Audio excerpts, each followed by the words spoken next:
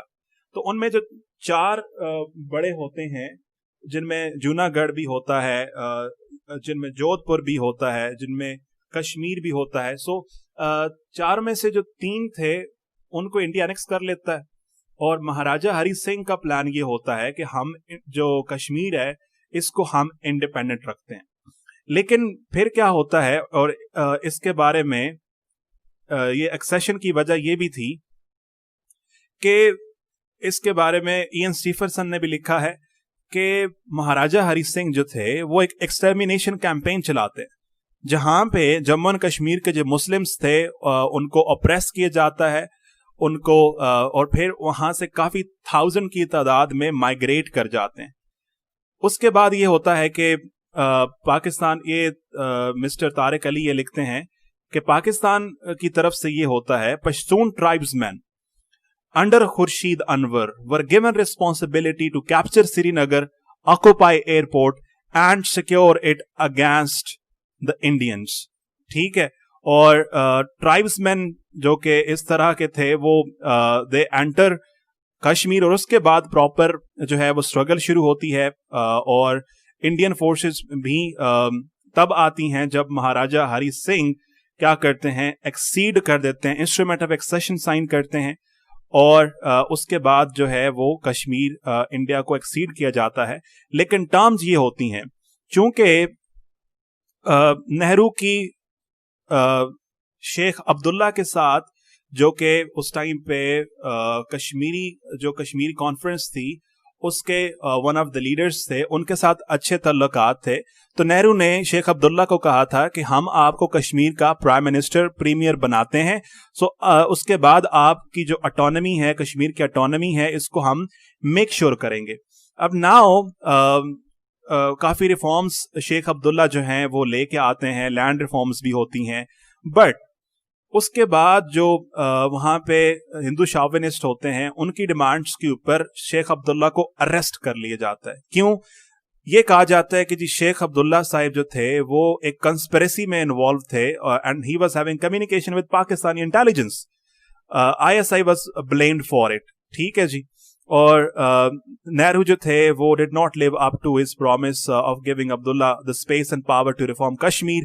اور عبداللہ جو تھے وہ اس بیٹریل کے اوپر کبھی گیٹ اوور نہیں کر سکے, اور کشمیر کو ایک شیر کشمیر نہیں مل سکا.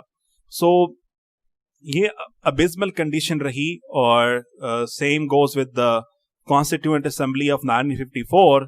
اس کے بعد انڈیا فیڈرل جو گورنمنٹ تھی وہ 3 اسپیسز کے علاوہ انہیں بیسک کے اوپر کنٹرول مل گیا.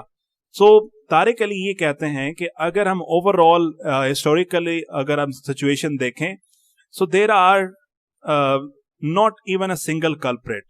طارق علی کہتے ہیں کہ Pakistan, India and Britain they are to blame for the Kashmiri conundrum, کیونکہ انڈیا جو ہے وہ کشمیر کو آزادی نہیں دینا چاہتا. Same goes with Pakistan, and Britain did not clear up their mess.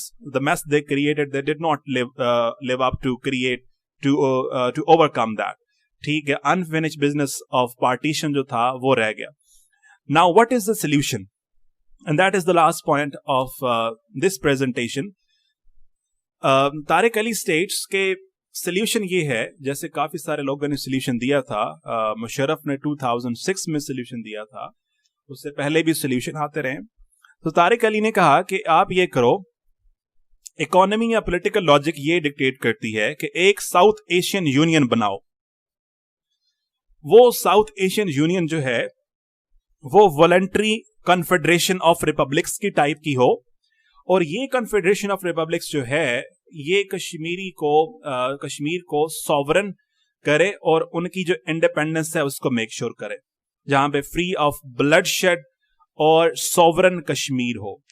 ٹھیک ہے, اور اس کی وہ ریزن پھر یہ دیتے ہیں, Pakistan and India should embrace an independent Kashmir because shared sovereignty is better than none at all. So یہ طارق علی کی تھاٹس تھیں جس میں انہوں نے جو بیک گراؤنڈ تھوڑا ہسٹری تھی وہ بتایا. نیکسٹ میں ہم ارندھتی رائے نے جو کہا تھا وہ ڈسکس کریں گے, کس طرح سے کشمیری اپرائزنگ ہوئی. 2008 واز اے ٹرننگ پوائنٹ, اور ارندھتی رائے جو ہے ان کا نیریٹو کیا ہے. So Kashmir the case for freedom جو بک ہے, اس کا ہم نے فرسٹ پارٹ میں یہ انالیسس کیا ہے. سو آئی ہوپ سو آپ نے اس کو جو ہے وہ ہیلپ فل پایا ہوگا. سو چینل کو ضرور سبسکرائب کر دیں.